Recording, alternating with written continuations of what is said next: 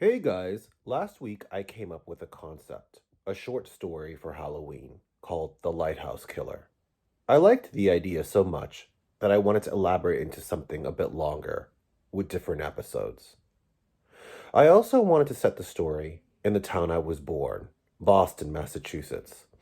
I thought the scenery went so well with the story, and I wanted to set it in the 90s, or start it off that way. This story consists of secrets, bullying, covering things up, and of course, revenge. And what horror story wouldn't be complete without a twist? So, here it goes.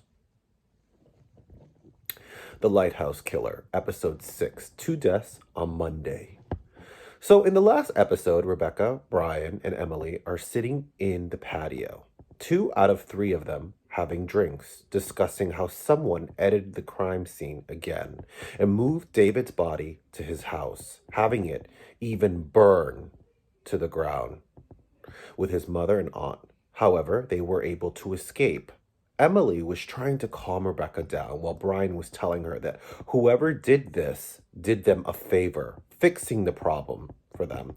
However, Rebecca doesn't see it that way. She feels as if there's someone out there that now has the ability to blackmail them with the truth, especially if there was someone watching them, which Rebecca now feels like is a high possibility. While they are talking, there is actually someone in the bushes watching and hearing their whole conversation. The opening scene of this episode really focuses on Dean. I figure since he's been out of the picture, it's time to put him back in the mix. And I think this episode gives a bit more of his backstory, considering even his friends see him as a mystery. All we know about him is that his older brother died of AIDS, and his parents wanted to keep that on the hush because of the small, narrowed minded people of the town.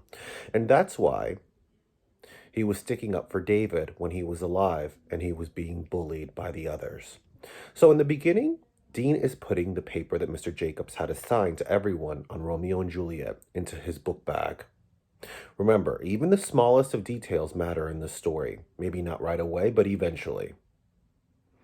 He goes into his closet and pulls out his football jacket. He's a quarterback on the football team. He steps outside the room and sees a mess. Apparently, there was a fight the night before, and everything was left in the very same spot. Not only is there a reason I'm picking up the story from here, but also you see a different side to Dean's life that maybe we didn't think or assume he was going through.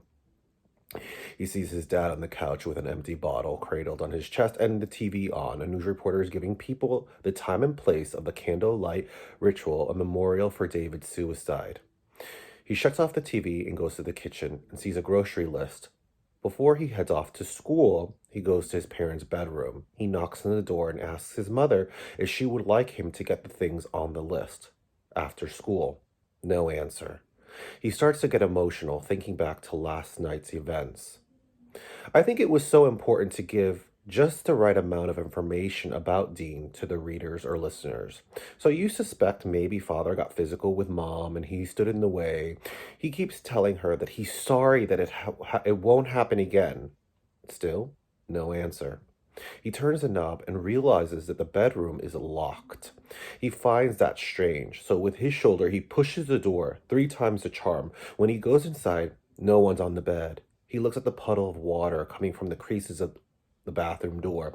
He runs to the bathroom and finds his mother dead in the bathtub, overdosed on pills and Bible pages in the tub.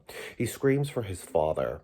He manages to get up with a hangover and gets to the bathroom with a bit of an attitude and sees her corpse and automatically reacts, punching his son.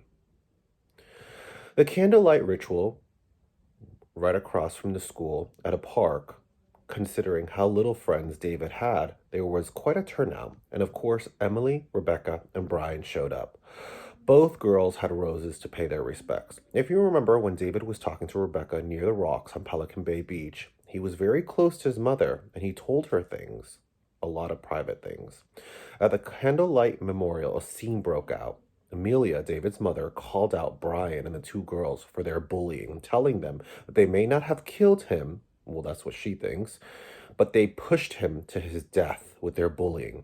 While this was happening, Emily noticed a tall man in the back with a raincoat and a long beard watching them. After David's mom had a breakdown, Mr. Jacobs, the English lit teacher, came to comfort her and told the students to go back to school and to understand the intentions of a grieving mother. They walk through the park, taking in the judgmental glances from everyone. When they make it to the high school, they bump into a distraught Dean. Brian is wondering why he's been so distant with him. Rebecca's assuming that this may have something to do with David's death, and on top of everything else, he has a black and blue. So he explains to them that he found his mother dead in the tub. She committed suicide, and that he's been having a lot of family issues since the death of his brother. He was just trying to keep it away from them, and the dad blames him. He tells him his only choice is to get out of Boston. They all beg for him to stay. Emily even tells him that her parents wouldn't mind if he'd stay at her place, that they love him. Brian tells him, "How could you leave? You're the quarterback of the football team. You even have a scholarship."